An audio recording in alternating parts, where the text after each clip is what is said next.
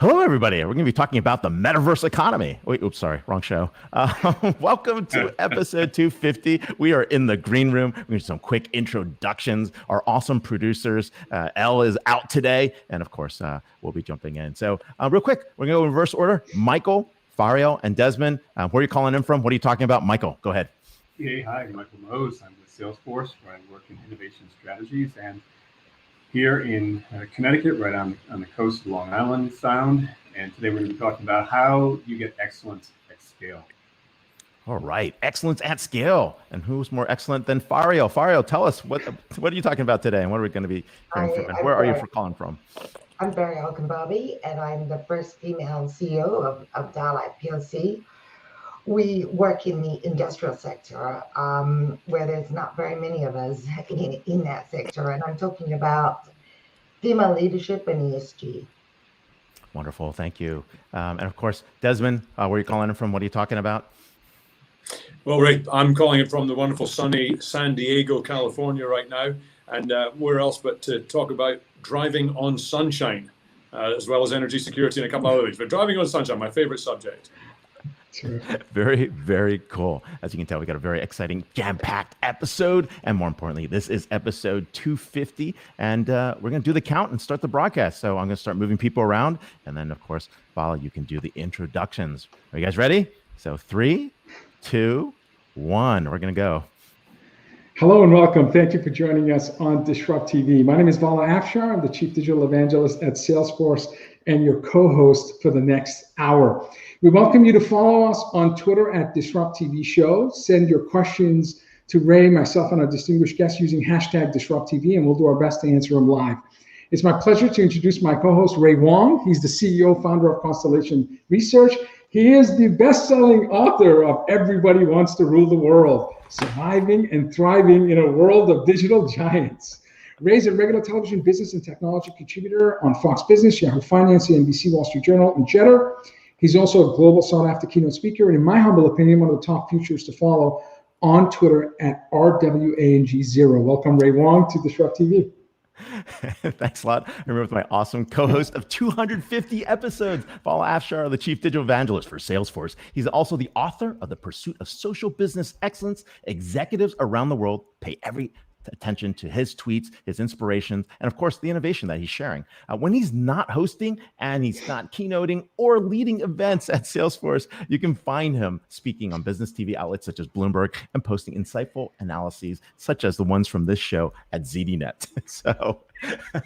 So welcome to episode 250. And of course, who do we have as our awesome first guest? This is what I call our exceptional CEO episode. And we're going to start with Desmond Wheatley, who's CEO, President, and Chairman of Beam Global, a clean technology leader in sustainable charging infrastructure.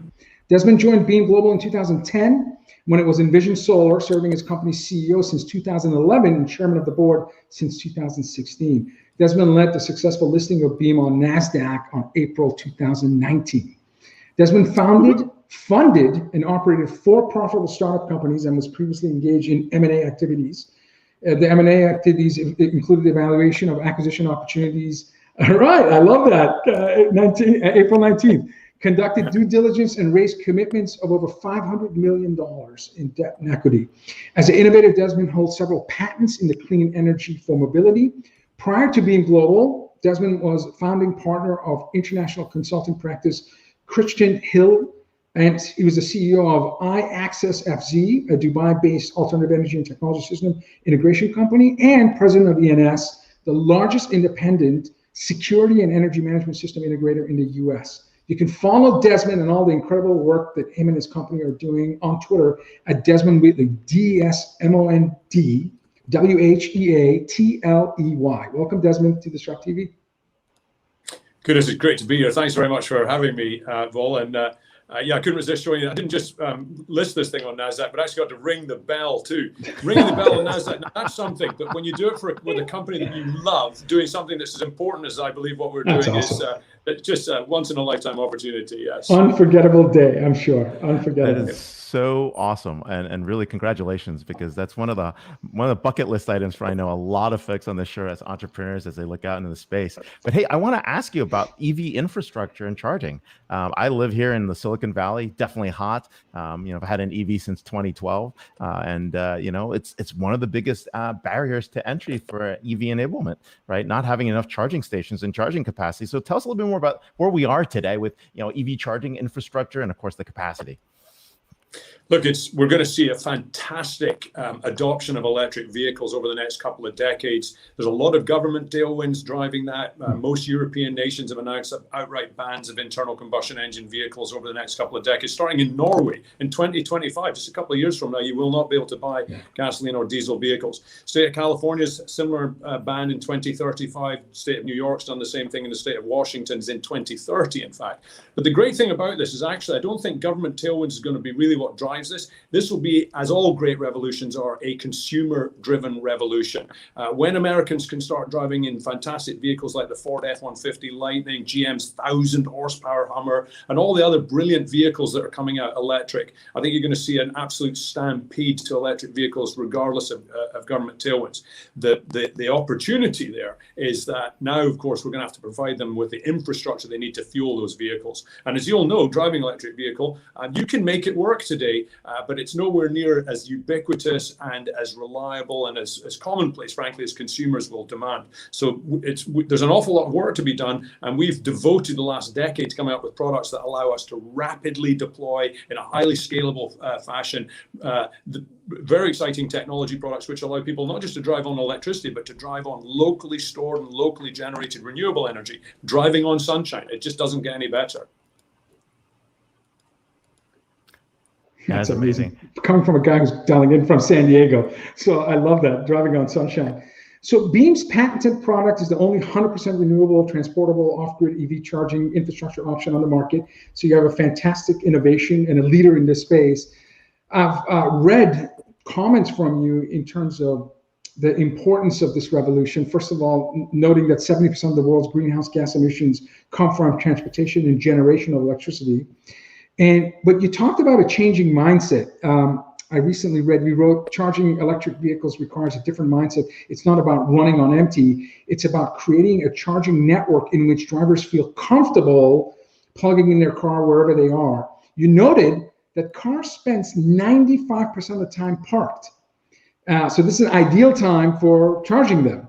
Can you talk about this changing mindset? And again, countries like Norway, which you said, I believe 65-70% of new cars sold in 2020 were EVs. So there is a revolution, and it looks like the Nordic countries are leading this revolution in terms of adoption of EVs. But my understanding is there's 7 countries that will outlaw new cars that are petrol by 2030. So talk to us about this changing mindset that's required and how your company is helping folks really understand this new revolution, which we're at the beginning of. We're at the very beginning of what's going to end up being one of the biggest paradigm shifts from an infrastructure point of view in history, frankly. Just picture the world without gas stations, and now you're going to have all the gas stations in the next 20 years. That's the challenge, essentially, that's facing those of us who are involved in deploying electric vehicle charging infrastructure. But the great news is it's going to be a world which is very different. We're not going to have gas stations. People will not go somewhere special and hang around, not just special, but somewhere horrible, frankly. I mean, let's face it, none of us would go to a gas station unless we could buy gasoline there, regardless of all the other tricks that coffee and things that they offer. At the end of the day, you go to a gas station to fuel up. In the future, you will fuel where you are already going. And you won't wait till your vehicle's empty. This is not a full empty scenario like we've been used to seeing over the last 130 years. We've become used to thinking that that's an efficient way of doing things. It isn't. What's going to end up happening is you're going to charge your vehicle where you are already going, and frankly, whenever it's idle. And the good news is we're all used to this model already. Who amongst us waits till our cell phone is empty and then goes somewhere special and waits around while it fills up? Don't do that. You fuel your cell phone while you're at your desk, while you're sleeping, while you're eating, while you're doing something else. It's never a problem for you because there's always an opportunity for it to be filling up while you're doing something else. I can tell you that right now, while I'm talking to you, my electric vehicle is fueling. it's filling up, and I frankly don't care how long it takes, as long as it's full when I come back to it. So if you're making products like ours, which work anywhere they can see the sky, I mean, we joke that we're driving on sunshine and we're a San Diego-based company. That seems to make sense, but I think we might have lost. We lost your voice. New York City than we do in Southern California. So this is a product that, although it's renewably energized, it works anywhere it can see the sun, anywhere it can see the sky. In fact, we don't even need direct sunlight. You're going to see these things already cropping up in workplace and across cities, and people will just be able to top off their vehicles wherever they already stop for an hour, having lunch for an hour, they go to the office for a few hours, they go to the school or to the park. The vehicles will be filling up in all of these locations, and gone are the days of this gas station waiting around to fuel experience. And I can tell you, I've been doing it for 10 years. It's a far superior experience. You know, I'm definitely I definitely want to try one, because I'm the guy that turned on the supercharging infrastructure for Tesla in the beginning of 2012. They said it was on, and I literally had to call them up, and like they literally had to send someone out to turn on the superchargers on my way from San Francisco to LA, because I bought the car the day before and I completely believed them that the structure was up. But then I was like, this takes way too long, and range anxiety suddenly to get into me. Like that charging anxiety, range anxiety might as well be an ICD-10 disease state that should be classified. It's like a real disorder. Like people get nervous about range and charging. Tell us about how you're solving that problem. The thing is, it's all about ubiquity of charging infrastructure. Here's what we know. The Department of Transportation tells us that the average US sedan drives 30.4 miles per day. We all like to think that we're getting in Conestoga wagons and, you know, traveling vast distances across the Midwest, you know, with arrows flying around. But it isn't in fact like that. The average US sedan drives 30.4 miles per day. 8 out of 10 commuters require less than 24 miles for their round trip commute. And we know that government fleet vehicles and enterprise fleet vehicles are typically driving 20 to 30 miles a day. And by the way, these are quite common across the globe, these numbers, except that Americans do tend to drive a bit more than others. Now, that 30.4 miles per day can be replaced in your vehicle even with a relatively slow charger in about an hour and a half.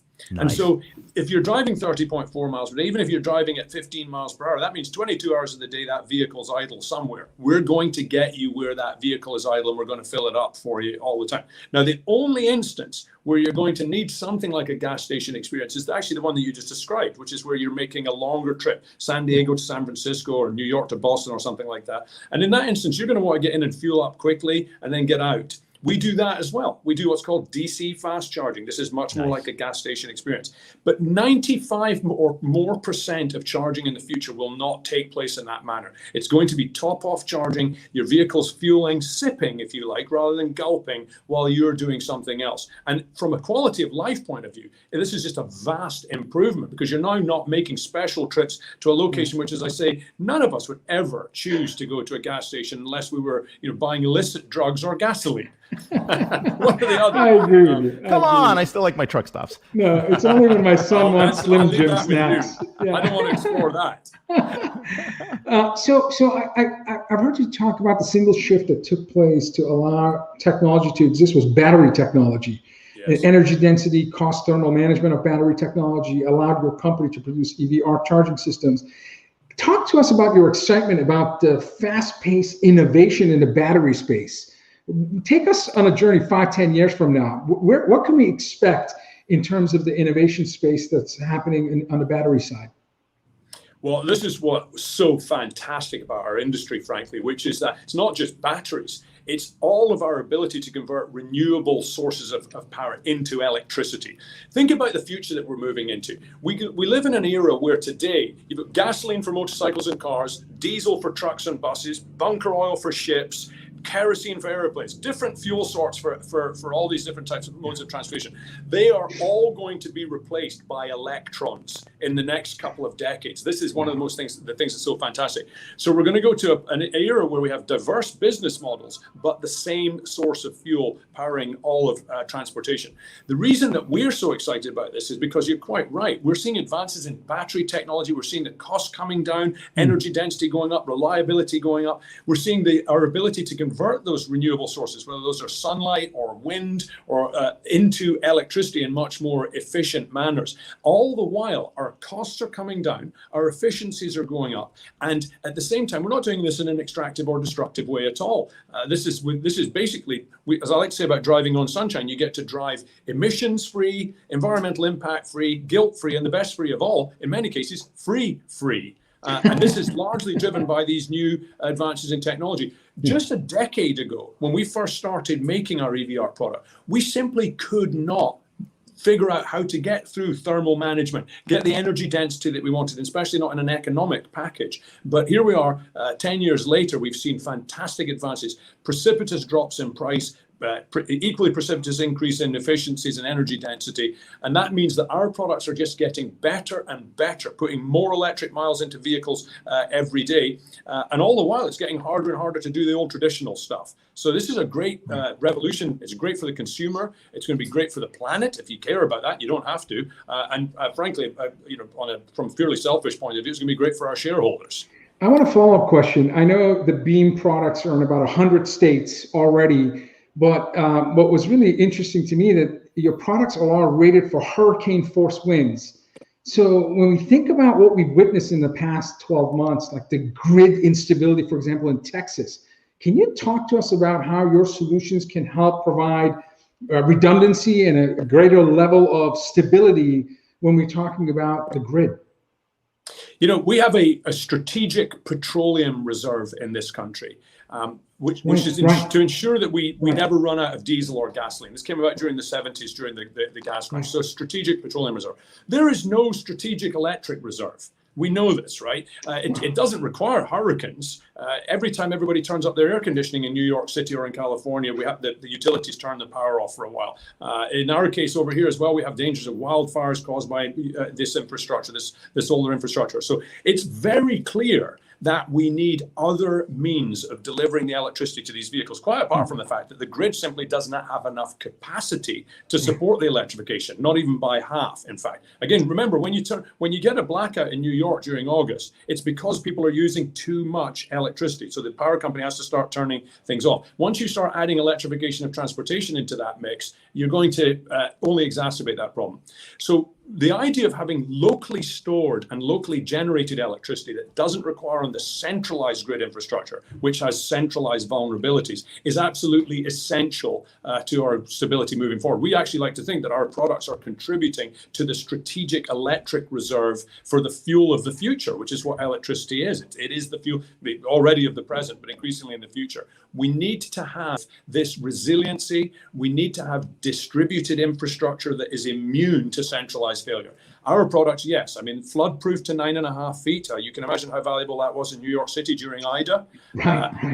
Although we're rated for 120 mile an hour winds, we have survived 185 mile an hour category 5 winds down in the Caribbean. We got a letter from our customer, the government down there, saying that our product was the only thing that survived that. So electricity, after air and water, frankly, and food, air, water, and food, electricity is the next most important sort of commodity that all human beings need. And the truth is, we even rely on electricity for our food and water now, and as cleaning up our air as well. But so there's hardly anything more important. So having resilient and distributed infrastructure that will continue to operate during these centralized failures, whether those are weather created or terrorism created, or let's face it, we know the Russians, the Iranians have been in, and the Chinese have hacked into our grid infrastructure. So we've got lots of vulnerabilities. The way to solve for it is to have lots of distributed infrastructure that's immune to centralized failure. And that's what we're doing.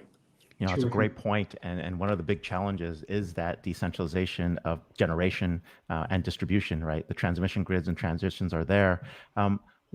One of the other barriers I've been hearing about is not anything to do with the technology, nor anything to do with where we are electrification, but really the pension funds for the utilities. They're fighting it. We got pension funds that are fighting electrification and decentralization of power because there's no real good way to tax you on your free energy from the sun. What do you see there? What's going on there in terms of the barriers there? And also, what are you seeing in terms of that movement for decentralization that you're talking about? Because soon every car is a decentralized power plant for the home or for the grid or for emergency cases. And then I have a secondary question really about what baseline capacity we need, how many megawatts would you need in terms of storage for battery storage and have battery strategic reserve, even in a decentralized model? Yeah, so look, you bring up a lot of very interesting points there. Of course, anytime there's any sort of revolution, you're going to have an incumbent who's not going to want to see that revolution take place. Yep. And the electrification of transportation, particularly where we're using renewable energy to make that happen, is going to be one of the most significant revolutions in our history. You have to apologize. I'll have to apologize. I've got the Marine Corps flying overhead at the moment, by the way. That's the noise that you're hearing. We're in the flight path of the Marine Corps Air Station at Miramar, so from time to time they fly over. Yep. I was gonna say it sounds like Miramar. Yeah. So here's a revolution. It's going to be a revolution in fuel type. It's going to be a revolution in business models, and it's going to be a revolution in terms of the types of businesses that deliver these things to you. And whereas, as I said, wherever that's the case, you're going to have incumbents that don't like it. It's not just the pension funds. A big part of where the pension funds are coming from is the way they finance grid infrastructure. You're talking about 30, 40-year financing. It's pretty hard to cut anywhere into that and suddenly say, hang on a minute, maybe we don't want to end of life this thing, or we don't want to wait for it to end of life.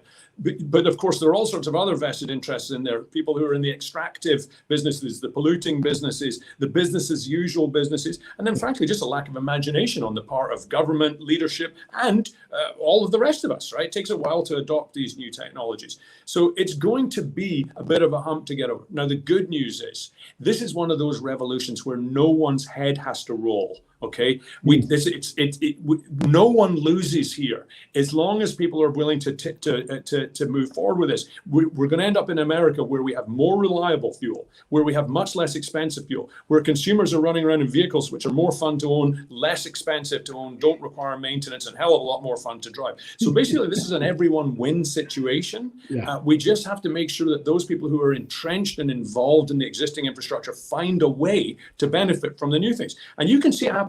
Look at big oil today. Look at Shell. Look at BP. BP used to stand for British Petroleum. It now stands for Beyond Petroleum. Okay, these companies are investing vast sums of money in renewables and in the electrification of transportation because they know that there's an end coming to this, to the oil age, if you like. They know that's going to happen. They can either go the way of the dinosaurs, or they can get engaged and invest the capital that they have in these new technologies moving forward. And I think we're seeing that today, and I'm certain that we will see it across the board. And for those people who don't get on board, frankly, the meteor is coming. The asteroid is coming for those dinosaurs. Yeah. Well, we had a chief executive from Repsol on our show a few months ago, and they now own the largest charging system in Spain.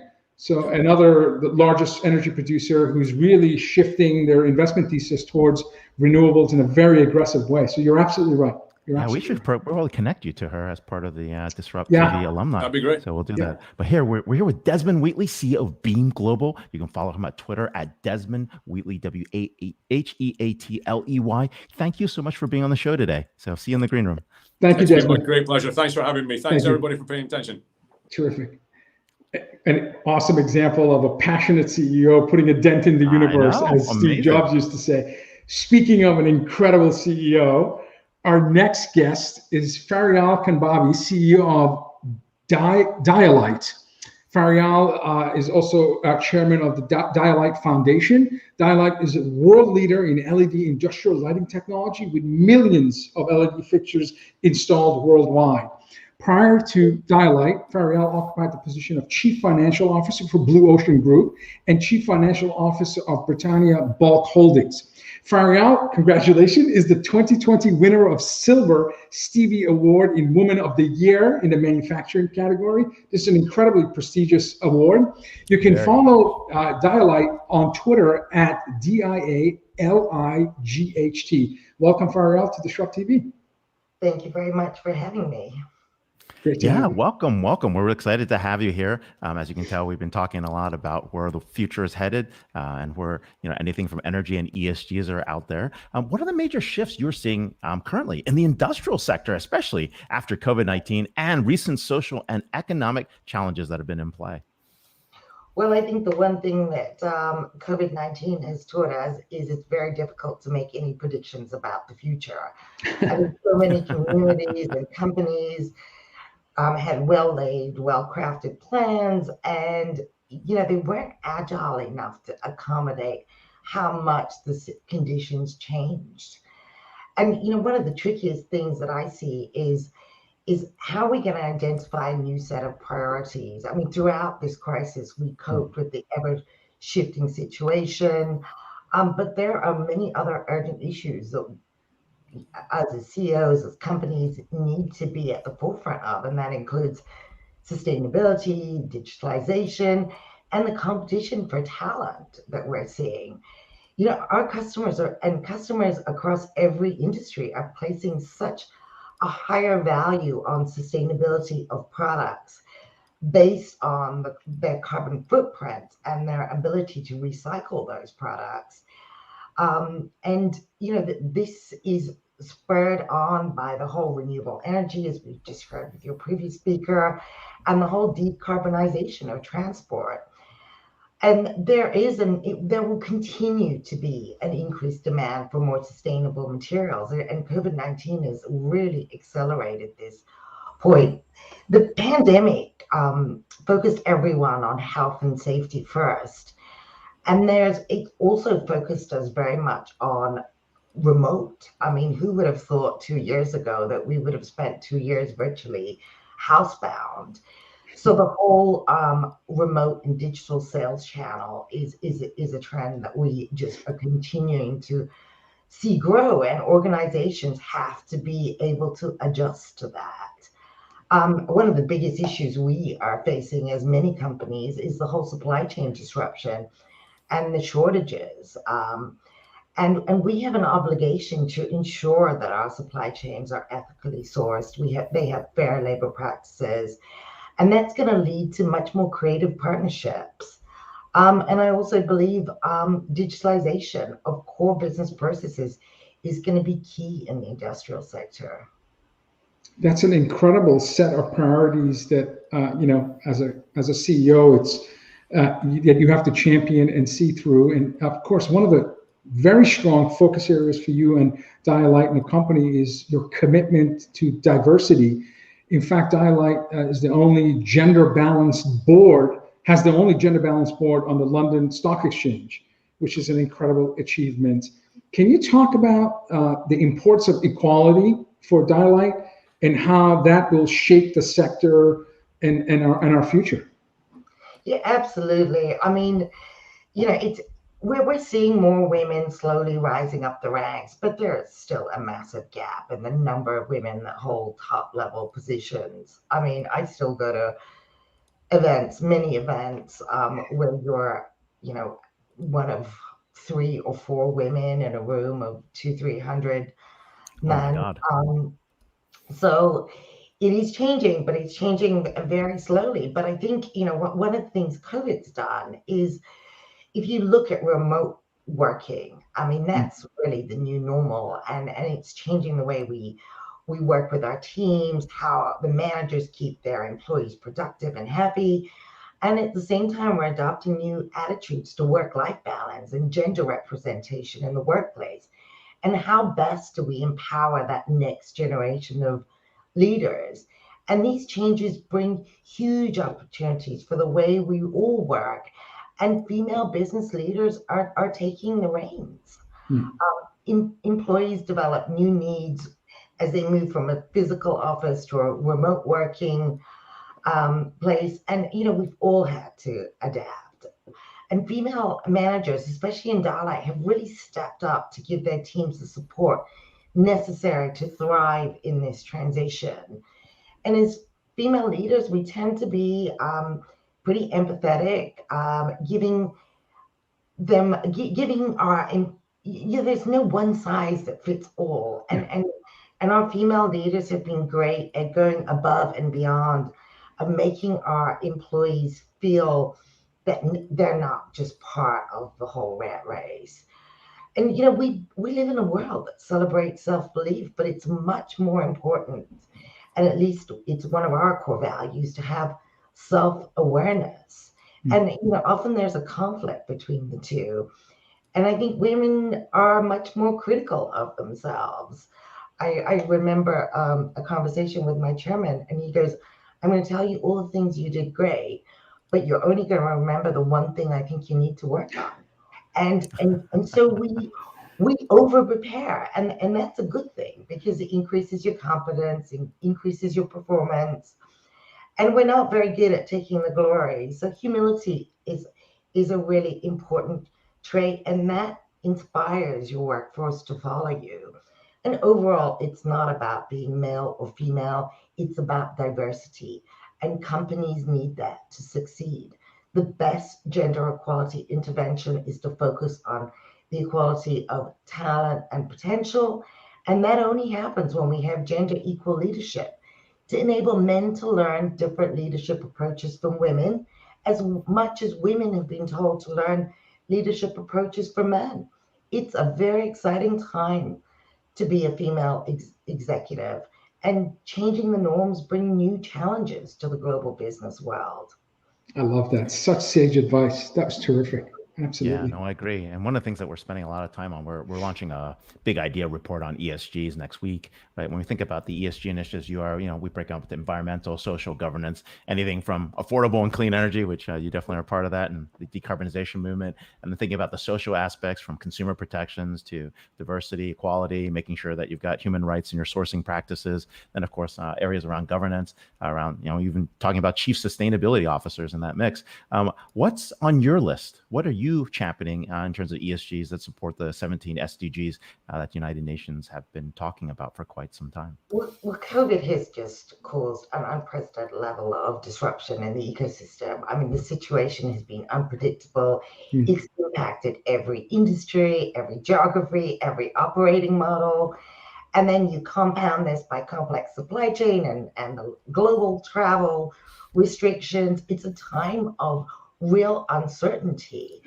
And, ESG really provides the foundations to create resilience in a business. ESG is not only about protecting the environment, it's about treating your employees fairly. It's also about long-term growth considerations. We at Dialight, we're focusing on reaching our net zero target by 2040, reducing our carbon footprint for all our materials and our operations. We're in the process of certifying the carbon footprint of all of our products so customers know what they're purchasing and what the reduction in emissions that they can achieve. We're also very heavily focused on the ethical treatment of our own workers and our suppliers' workers. We have zero tolerance for injuries, zero harm to our people. We're also very heavily invested in the communities that we operate by setting up our own foundation. And we're also embracing digital transformation as an opportunity to doing business easier for all, leveraging tools to better support our staff, our customers, and our other stakeholders, and also provide a simple, accessible forum for learning wherever you are in the world. We're also creating opportunities for growth and development for our own employees and the future industrial workforce. And this is especially important for women, where the barriers to entry, the glass ceilings, are a little bit tougher. That's terrific. That's terrific. Fariyal, I read an interview with you where you talked about giving yourself advice to the younger version of you. And you said, before you started your journey as a CFO and CEO, and you said you need to be persistent. You said that's an important, and you need to show perseverance. Perseverance is very important. Be 100% passionate about whatever you do. So perseverance and passion. You said that people and the relationships you make with them in the workplace is important. So value relationships and show appreciation. And you said pay it forward. So those were advice you would give to yourself early in your career. And you also gave advice to women leaders in terms of supporting each other. Yeah. So my question to you is, we always appreciate having mentors, folks that can coach us and give us constructive advice, but the importance of a sponsor, someone who is maybe higher in the organization and they put their social and political capital on the line to help you accelerate and improve your career trajectory. Can you talk to us about your passion and commitment on being both a mentor and a sponsor. Yeah, I can talk. I mean, I was CFO of Dialight for 5.5 years, and the previous CEO decided to retire. And I was thinking, oh gosh, what do I want to do? Is it time to move on? And the chairman at the time, he was actually our largest shareholder and runs Generation Investment Fund, which is all about ESG, said, well, you do it. And at the time I thought, okay. and he's been a terrific mentor for me, and actually, helped me think outside the box, pushed boundaries, and you have to believe that you can do it. And I think what's so important for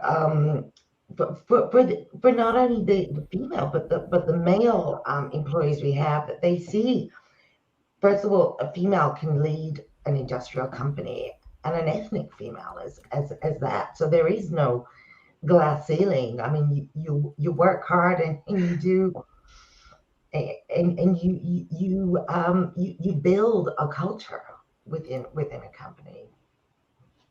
That's amazing. You've shattered all the glass ceilings that exist, and it speaks to your company's culture. Clearly, inclusivity, empathy, a beginner's mindset, and as you said, perseverance and paying it forward is a living example with Dialight. So it's a very inspirational story, and thank you for sharing. Go ahead, Ray. Sorry. Yeah, no problem. I was going to ask you about the ESG goals for your company right now. I mean, industrial companies are typically a tough place to do that. You talked about some of the hiring practices that you're in place. I think there's other pieces, that you're probably doing, partially, thinking about the green initiatives. And of course, in your business, I mean, you guys have moved very rapidly to, low energy LED lighting, low energy management as well. And lots of folks are looking at building management, smart buildings, along with the technical aspects of that. I'm sure a little bit about what you guys do and what is in the product portfolio, and what are some things in the future that will also help with energy consumption and management. I'm extremely passionate about Dialight. And actually, we have been grounded with sustainability, right? I mean, that's our core value proposition. And to see the whole ESG messaging and the whole focus, especially from your customers, from your investors. And actually, if you're not dealing with your ESG commitment, you're actually uninvestable as a company in the future. My aim is for us to be the greenest company in the sector that we operate in. I mean, the industrial sector is very unique. It includes some of the most harshest and most dangerous working conditions on the planet. And the safety of the people working in those sites is of paramount importance. There's explosions, fires, other risks that they deal with every single day. And Dialight, we are the leader in this space, and we're actually celebrating our 50th year now as a pure play LED only lighting company. And we're really proud of our long-standing heritage. I mean, for example, a recent installation we did at a chemical company, we saved them over 500 kilowatt hours in electricity each year, and $50,000 in annual maintenance fee. Wow. I mean, that installation was done 7 years ago. There hasn't been a single fixture failure in 7 years. And there's countless examples that I can cite of how much we saved our customers. And one of the things that was very important to me, and we started this initiative during COVID, was, everyone talks about ESG, but unless you can measure it and unless you can track it, I mean, it doesn't mean anything.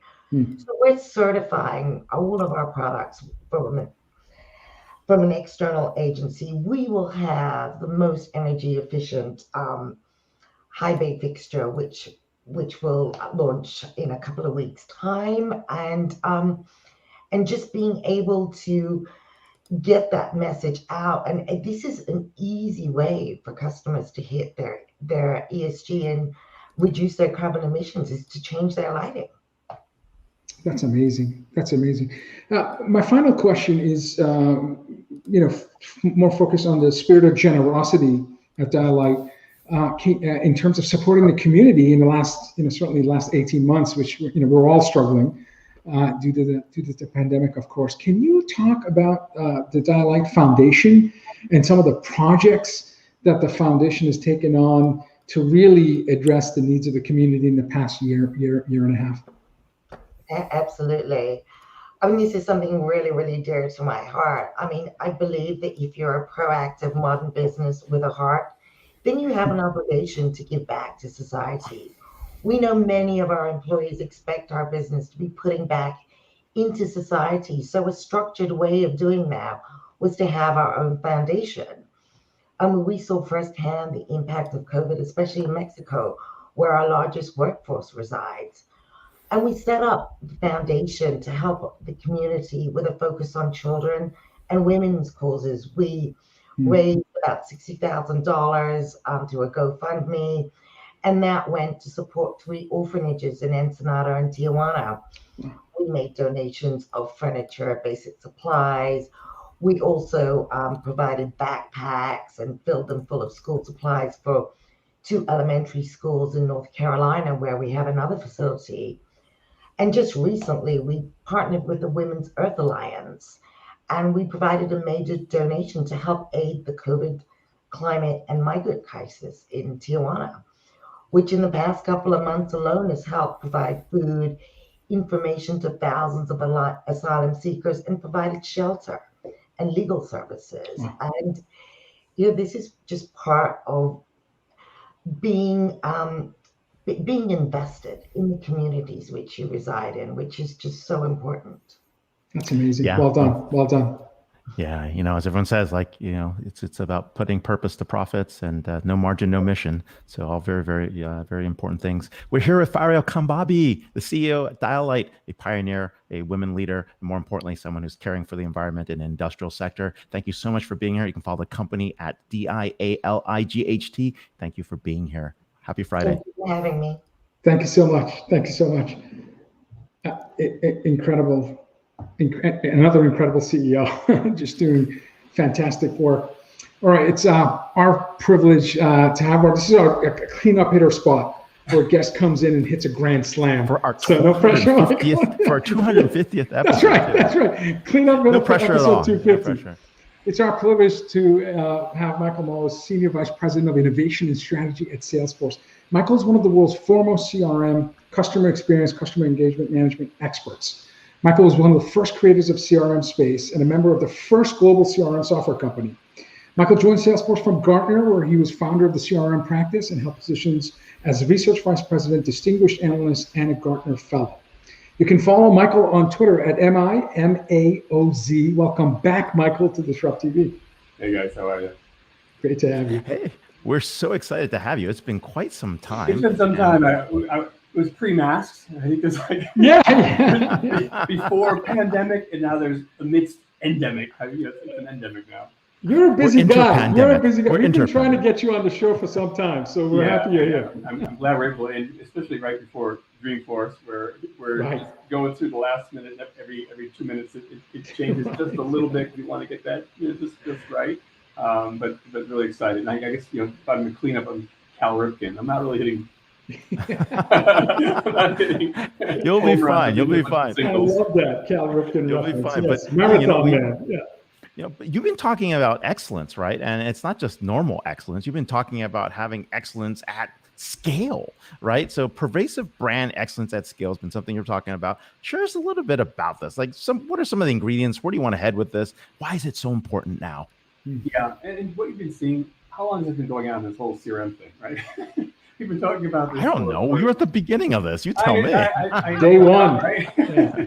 Though we did have Mei Lin Feng on, if you remember Mei Lin. So, but yes. I have all these kids here that are dedicated to it. But we've been through it, and you think, well, here it is, 30-some years into this CRM thing, and it's really no longer about CRM. And I would think it's almost like going back to what we talked about maybe in the past would be brand management. Because you really think about, is it really customer relationship, or is it really the whole brand entirely? If you want to talk about it that way, isn't it the entire enterprise? So the question really goes all the way back to how do you do enterprise excellence at scale? That's there's so many dimensions to it, and I'm going to just dive into one of the dimensions. And you know, obviously culture, people, process, technology. I'm going to jump into an emerging tech, AI. And it's because you wrote an incredibly profound article, and it was titled "How to Choose an AI Strategy" on Salesforce. And you stated a number of takeaways because you speak to business executives across all lines of business and not just service line of business. And you said that the most successful use case of AI comes from businesses that started with a business process first, and then ask how can AI improve the process. You said AI adoption in enterprise continues to accelerate as it transitions from technology into an embedded feature to a wide set of business applications. And you said AI winners are process first. And you listed why an architect is an important role because of the complexity and the dimensions. And you talked about skill acquisition, data governance, cross-enterprise coordination, ethics and legal and privacy controls and considerations. And you ended this, and we'll send the link to our audience so they can read it. You ended with the comment. You said the confluence of 6 advances: ubiquitous cloud-based apps, AI, data analytics, integration, and communications, such as Slack, chatbots, messaging, has launched an innovation revolution. And architects will be more in demand than ever. So my question, as you talk about AI at scale, can you talk a little bit about the role of the architect and this combinatorial effect of all these technologies that will help shape companies in a better position to win? Yeah, and you know, looking at who in the organization has a feel for what can be done, it's really people in IT, it's really the data scientists, it's really the architects. They're the ones who are in the guts of the machine. And if you go back to Clay Christensen and Jobs to be Done, when you match up what an architect can do together with the people who are all the way out on the outside, you want to call it outside, where are our partners falling short? Where are our customers falling short? Where are our suppliers falling short? Where are our employees struggling? So rather than say, hey, you know, there's all this cool stuff, machine learning, there's all this great stuff in computing, but what exactly is it going to do for me? So suddenly you say, well, I know it can be more proactive, and it can detect a state change. AI is great at that. Right? All it's doing is inferential reasoning on larger and larger and larger data sets. That's all it is. Simply put, AI, you heard it here. Instead of making something incredibly complicated, it's inferential reasoning on data sets. That's all it is. This is why the thing that plays Go can't play baseball. It can't do it. It's unidimensional, but gigantic. So if we look at an issue, we always want to get to what is going to really make it so the customer or the employee is really feeling the love. And I always look at that. Like, what are the things? Think about AI. What do I want to apply? I want to say, what is going to make them feel the love? And I always think, why are you not doing more in this voice of the customer? And I don't mean to run a survey, because surveys, I mean, the most common answer to what is your name in a survey in the United States 5 years ago was Mickey Mouse. So clearly, it's not Mickey Mouse. This is all done. I'm actually pretty close to that, but not quite. But anyway, the thing about it is, what's the customer? You can look at things like, what is your stress level right now? And everybody in the whole world who goes through interaction with a business, with a government, with any institution, you can ask the question between 0 and 4, right? 5 levels.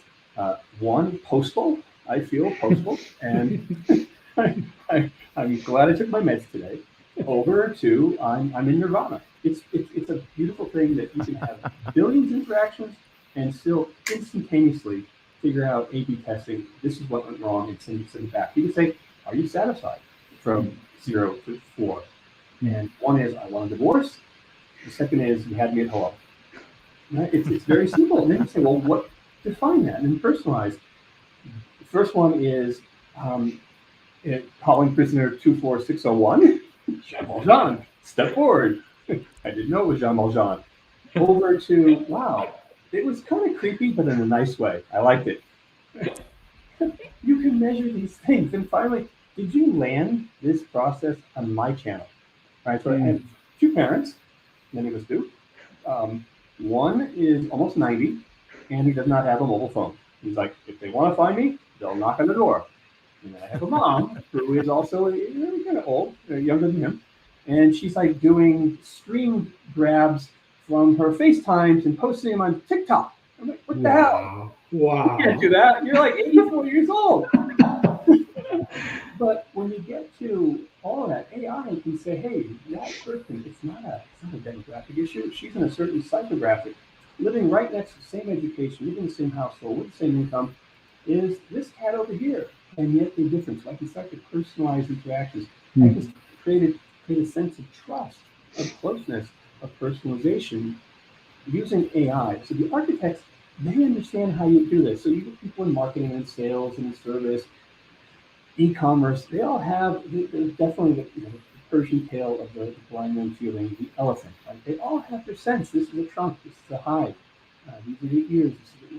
But people, when they come together, the architects are seen across the enterprise and across the ecosystem. Yeah. And they will say, well, here is where we think AI can do a good job at crossing that gap between what we think we're delivering to the customer and what we are delivering to the customer. It's the Peter Drucker, right? You don't sell the customer what the customer buys. They're two different things. The customer is buying your experience, you're selling your product or service. Well, Michael, if someone's knocking at my door, like what your father's thinking about, I'm in trouble. I don't want any coming by the house knocking at the door. That's not the way to go. But hey, to tie back some of the stuff some of our other guests have been talking about around sustainability, we also talk about sustainable. Oh, who's knocking at the door? We also talk about sustainable at scale. That's another one of those things. Let's start there and talk about sustainable at scale. So you analyze your at scale model. Yeah, because again, sustainability today is fitting into the overall is, can you create a trust enterprise, a trusted enterprise? And if you think about just 20 years ago, no one really thought that much about it. Of course, Rachel Carson and Silent Spring goes pretty far back. True. And Al Gore was speaking about this, and Earth Day was many years ago. So we've had all sorts of snippets. We've known this for many years. And now there is a confluence. Right now, you can actually make a lot of money at this. We hear the hosts, they're not suddenly becoming altruistic. It's when there's money to be made. And of course, one of the greats, Elon Musk, he was one of the people who really put a lot of weight behind all this. But there were other people too. Around the world, we see that the ESG is something that's not only good for the planet, but it's also good for business. When you see those two go together, then it's not like, oh, I think I'm going to take all the old fat from Wendy's and put it in my van, and it's going to smell like hell, but it will get me good miles. Come on, Back to the Future. That's the way to go. I've done that. So. But the second part about that, and it's almost like a corollary we're missing, is it really matters to our employees. And if you look at, again, the part of the ethical enterprise, so if we're looking at DEI, ESG is really close behind. You find that the best workers, the people you really want to hold on to, at every level, from the top down to the bottom, they're looking to work for not only an ethical enterprise, but they're also looking at one that's giving back to the community, and they're also looking at one that is doing its role and thinks about net zero. They're thinking about carbon sequestering. They're thinking about clean oceans. They're thinking about all these things, and they're thinking in the same way that back in the 70s, maybe people who want to work for arms manufacturers. Today, people who create carbon are the arms manufacturers. I don't want to work for them. I'll go somewhere else. And a talent pool that is so constricted today. The greats are hard to come by at all levels, from the people who clean toilets to the C-suite. They're very difficult to find, and now they're more mobile than ever. They can be sourced globally, wherever they are. So something like sustainability becomes a key value in attracting and maintaining those kind of people. Absolutely. And just to follow up on that, you've talked a lot about scaling trust. And especially in the last year and a half, and the fact that we're all struggling through the pandemic. And you've written and you've talked about how customer success is critical to business growth, it's critical to establishing trust. You wrote an article that said it's time to up-level the role of service agents. And you said this is the call to action to business leaders, you explicitly said you have to be highly prescriptive about this. In that customer service organizations have suddenly needed greater resilience and far better technology to be successful.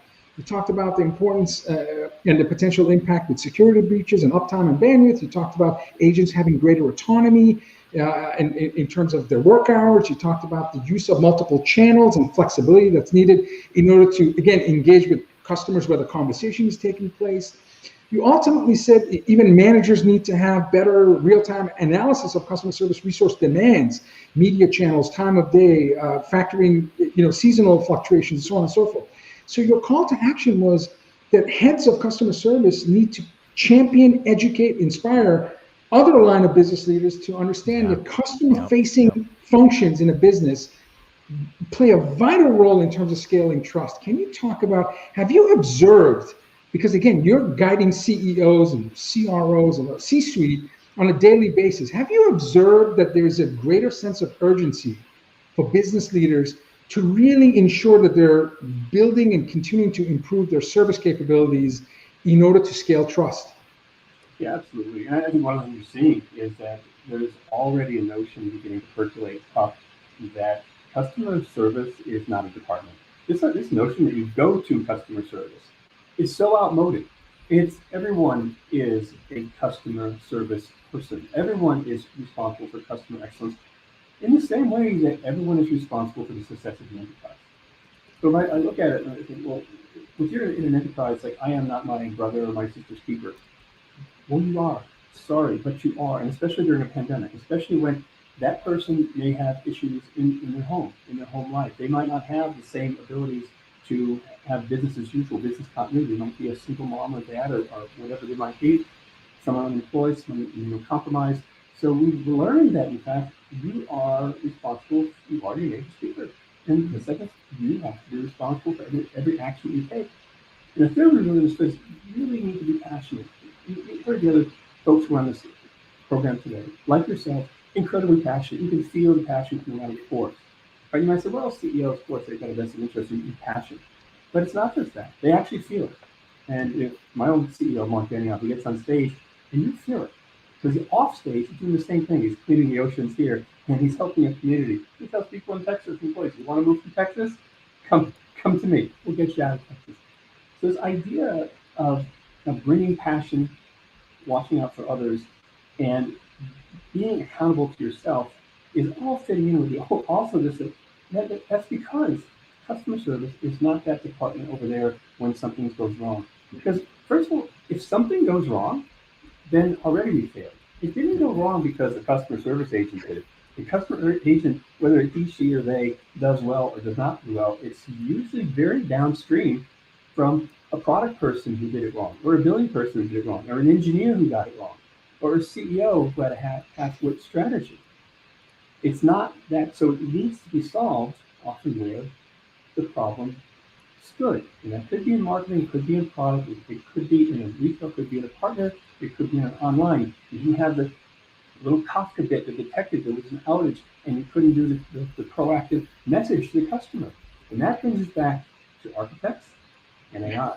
Because how does it always come back to architects? Come on. I love that. It's true. It's come back. It always goes back to architects. How's this even possible? Just going back to the earlier point about AI and architects, these are things that's when you go back. As opposed to what we said, here's AI looking for a problem, it's when you get this thing of hey, the customer experience is why I said ultimately it's about the brand management. It's the brand, it's pervasive, it's goes across every single aspect. And that is how you tackle this, not by saying tech support, customer service, self-service. It's when the entire enterprise and beyond, the entire partner ecosystem, and that ultimately, when that rolls up into things working together, that's when you get trust. You know, it's an appreciation I have because we all know remarkable work is hard to scale.